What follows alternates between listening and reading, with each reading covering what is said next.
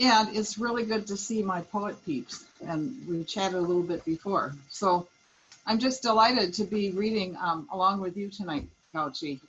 And I've been working on a collection of poems about my family and my memories of growing up and beyond into my adult years. And I'm also going to share 4 poems from a hybrid manuscript that I've been working on for 25 years. And I think it's almost ready to publish, and I'll tell you more about that later. So I'm going to start with my mother, who was very active civically and very active in the League of Women Voters. So I have a poem called Going to the Polls with My Mother, since it's election time. We entered the gym of my elementary school. The gray tiled floor smelled of pink sweeping compound, wooden stage on the left, basketball hoops on either end of the huge room. Stepping up to the table, Mother gave name and address to the poll worker. She was handed a white paper ballot, then took my hand and we walked to a row of wooden booths. A navy cotton curtain covered the front of each booth. As she pulled the dark drape aside, I saw a shelf and a yellow pencil fastened to a long white string. Mother made me stand outside the voting booth, drawing the curtain closed behind her. She said voting was by secret ballot and our civic duty. I was not allowed to look, even though I was too young to read. At 91, living at Woodside Manor, Mother never missed the evening news, read the paper every day, and even started a current events group for other residents. When absentee ballots were brought to the dining room, she was first up, ready to vote. Her table mates grumbled, "We're too old and we don't care anymore." Mother bristled and explained why they should. She always studied the candidates, exercised her right, left her mark. Thank you. Next is one from my father, who is an avid fisherman, outdoorsman, because we grew up in Wausau. That's why we lived there, for all of the outdoor activities. And he often left my mother at home to pursue his fishing and hunting. So this one is called Cast Out the Line as Though You've Been to Church. My father preached in waders in the middle of a trout stream. Fishing was his church, meditation on a wet fly. He was comforted by hymns of rhythmic leaves, blessed by flickering sun on ripples of a gentle current. We heard confessions of a fisherman and sermons on luring nature's perfect brown trout to the hand-tied fly, a heavenly imitation of a newly hatched mayfly. The Reverend of trout fishing was well versed on all chapters of the sport. His prayer was the arc of arm rolling out the waxed line, 10 o'clock forward, 2 o'clock back, 10 o'clock to 2 o'clock. Hands folded around the cork handle of the rod. He held Sunday school on the front lawn, teaching Catechism of the Cast. He genuflected the line across the lawn, took communion with the great outdoors. His gospel, rolling the line, dipping the fly behind a boulder, beside the still pastures in the valley of the shadow of trout season. One wrong step cost him an afternoon of fishing, as he fell full immersion into the trout stream, bulky waders filling with ice water, heavy like sorrows and unanswered prayers.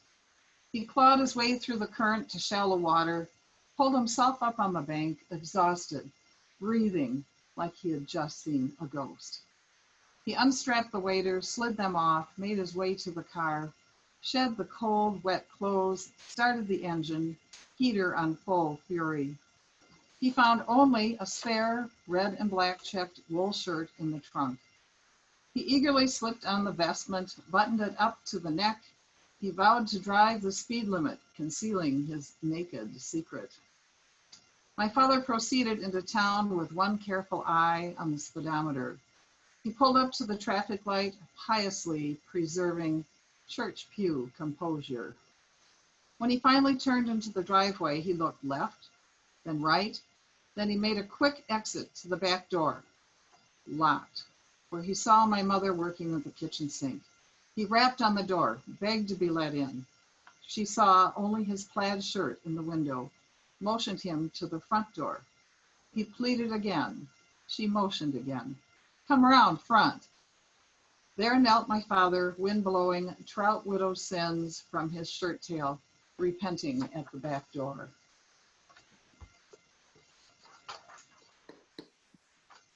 And then I'm going to read 4 poems from a manuscript that I have. My brother had spent a year in Vietnam fighting in the war, and he was in Dao Tieng up near the Cambodian border. And he wrote home very good letters, which I've put into a manuscript, the wishes of my parents. That was their dying wish, that we do something with his letters. So I've written poetry in response to his letters. And some start with how we grew up together, and then it moves into some of the poems of his experience in Vietnam. Ollie Ollie Oxenfree. As kids, we played Robin Hood in the trees across the street from our house, along the road to the old folks' home. We trampled those dirt paths down to the lake, poked sticks in the water, hunted frogs, exploring like Davy Crockett in our old wild frontier. We spent hours along Lily Street acting out plays we made up in the wooden gazebo on Zerbel's Point. We climbed the rafters to watch bats sleeping, brush spiders out of our hair, screaming through the cobwebs. On hot July afternoons, we braided long silk scarves together, pinned them to the back of our short summer hair like national velvet, and rode our bikes, which we said were horses, on paths we made in the field across the street. Hot wind blowing through tall grass and our silky braids. We rushed through dinner to run back outside for games. Red light, green light, hope to see a ghost tonight. Kick the can and spud. As it grew dark, my mother blew her whistle 3 times, calling us home. We chased each other in the twilight, gasping to escape the ghost as streetlights flickered. Ollie Ollie Oxenfree.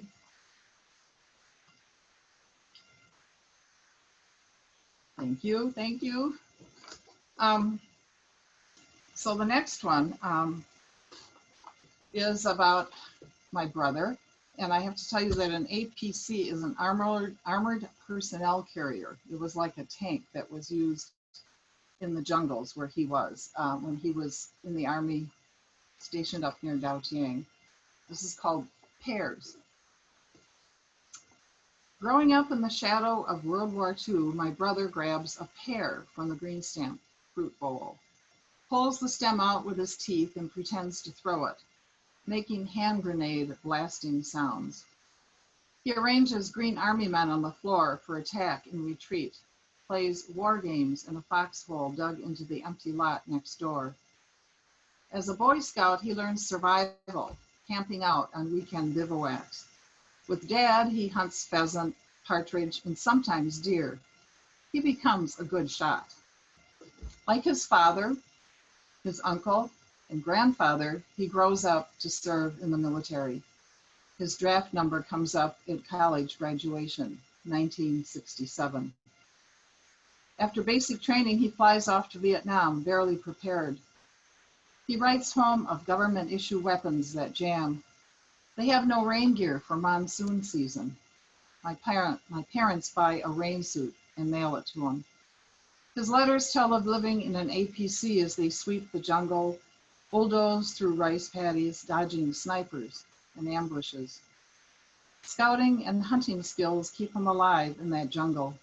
His graphic letters detail how a bursting mortar sprays a buddy's brains across his own helmet. He tells me, "You have it easy because you're a girl. You weren't forced into war or that kind of fear." Well, maybe I have it easier, but whenever I eat a pear now, I feel his burden. My guilt ignites as the taste of pear explodes in my mouth.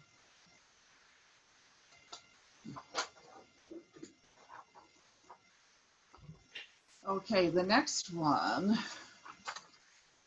is called Chopsticks, and it's going to be in the Poets Calendar for 2021. You'll see that. So Chopsticks, this is about his return. You brought home gifts from your tour of duty as if from a pleasure trip. A mini camera for Dad, a scarf for Mother, and for me, chopsticks from Vietnam. Two slender black sticks, the color of onyx, glistening in my hands, each with inlays of pearly shell, iridescent in marbled gold. They made beautiful tools for eating, people forced into famine, their food defoliated by war. You choked back that year of jungle sweeps and body bags, all of it hard to stomach. But you managed to forage a few gifts, bringing me jeweled chopsticks, tools of sustenance, a souvenir of your survival. And then he came back. He was wounded, got a Purple Heart.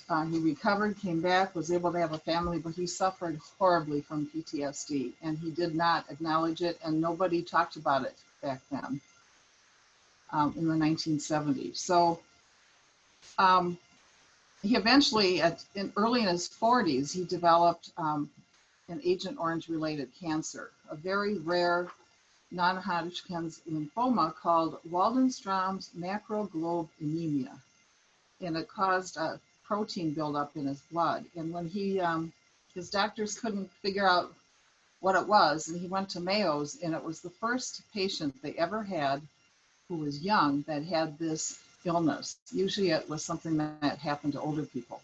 He would have to get his blood run through a machine and the protein stripped off of it. And he would always say, well, I got to go get my oil changed. And he lived with that for 15 years before he succumbed to the cancer. This one's called Ongoing War. The Vietnam conflict, really a war, was over in 1975, but never over for you. 1,000 secrets held within. Flashbacks like an immoral movie played in your sleep. A nonstop nosebleed prompted tests, and your blood work was off the charts. For 15 years, cancer cells tunneled like a search and destroy mission, sweeping the delta of your thickening blood. Scraps of Agent Orange hid and divided inside you, your jungle of thick. T cells mutated and the brain was seized as cells multiplied and misfired. Your memory and motor function grew tangled, then tumbled. Doctors were puzzled about this invasion. A casualty of living, your war raged on. So now I'm going to totally shift gears, and I'm going to move into Becoming Transparent, just 2 poems, because it was National Coming Out Day yesterday, so I kind of want to honor that. And this is another big part of my life, about the time that my daughter, or my son, became a daughter, in becoming transgender. So I'm going to read the first poem from Becoming Transparent, and that is, it's where the title of the book came from, Becoming Transparent, and it's a Pam tune. I know some of you have heard this before, but some of you haven't, so I'm going to jump right in here. We were gathered in the family room the day our son told us, I've got an announcement that's a long time coming, handing us a letter in an envelope. The day our son told us, we read silently. He watched anxiously, handing us a letter in an envelope. I'm transgender. I identify as a woman. We read silently. He watched anxiously. Going forward, I will finally live openly and fully as a woman. I'm transgender. I identify as a woman. We feel time-stopped shock at the word woman. Going forward, I will finally live openly and fully as a woman. After years of turmoil and questioning, I finally feel right. We feel time-stopped shock at the word woman. I've begun to understand myself and discovered what makes me happy. After years of turmoil and questioning, I finally feel right. I've got an announcement that's a long time coming. I've begun to understand myself and discovered what makes me happy. We were gathered in the family room. And then thank you. I'm going to read the last one in the book because it kind of summarizes. This book has been used for an educational piece. So the poems have, we've done a lot of talks for non-poetry audiences. My husband does part of it. We're doing a class for UWGB in another few weeks. And it's been used by families to help understand the process. So the book takes you through the journey and some of the issues. And I finally summarize everything with the ending poem called When Your Child Comes Out. I often think of the day you were born when I held my sweet boy for the first time, marveling, where did you come from? It's a lot to take in when your child comes out. As I go upstairs to bed, I stare at old photos in the hall, your short cropped hair, striped shirt, toddler jeans, that little boy's smile. I walk past you in a suit and tie for graduation. At Christmas, tears well up as my fingers trace the old name on the stocking. It's a lot to take in when your child comes out.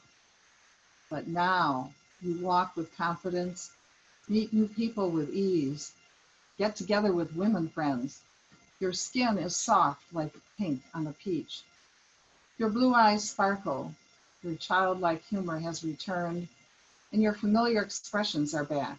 You are the same person, only now that doubting discord is gone. You live through yourself instead of beside yourself. You are the daughter I always wanted.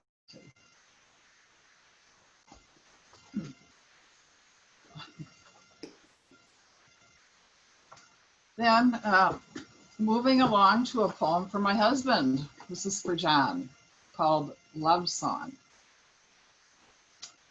We are at a solstice, entering the shortening years that are rumored to be golden.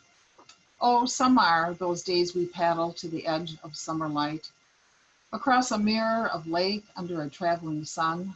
With how bright we still feel, how can our time be more than half over as we count children raised, meals cooked, journeys to the woods, campfires made, trails hiked? How will it be going into that good night? Those close calls, cancer, chemo, recovery, have taught us to linger, hug in the kitchen, give love pats on the bum, drink slow sips of wine, and know every sunset is a gift.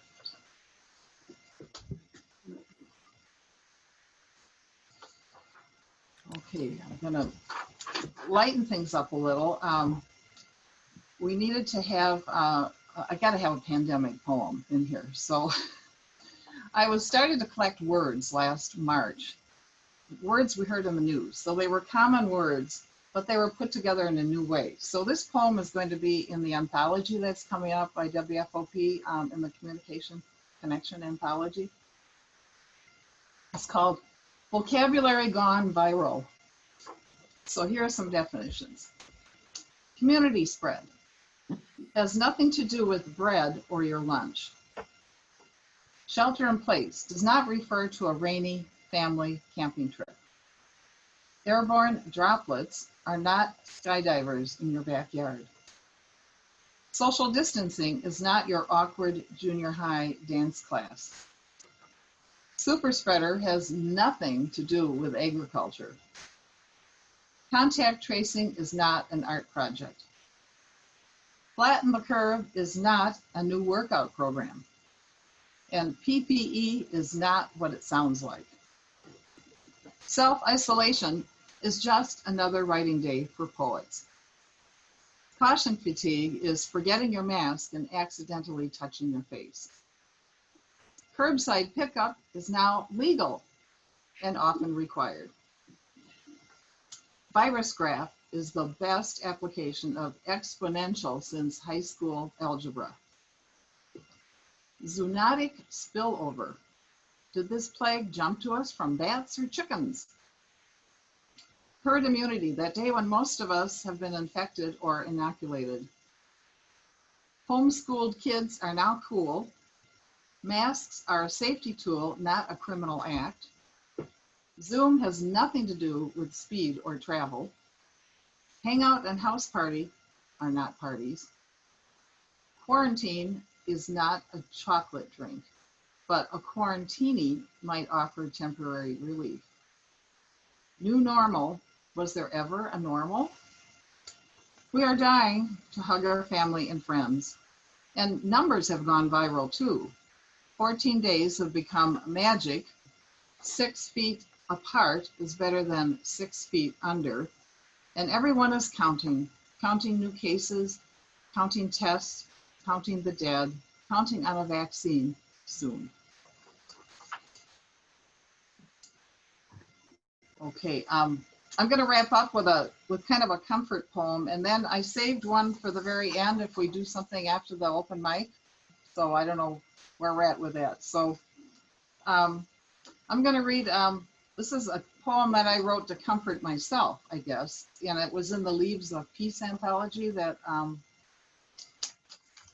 came out recently, that June Paul worked on, and Jan Chronister and others. This is called The Cup. Hold your hands one inside the other. Listen to steady rain. Roll off the porch roof, smoothing your anxious edges. Hands cupped, sip on songs of house finches, sleek music of cardinals amid an afternoon shower. Listen for guidance within. Take shelter, weather out feelings. Lean a while. Let peace reside in the cup of your hand. Soak up the spirit who is steady like the rain. Thank you.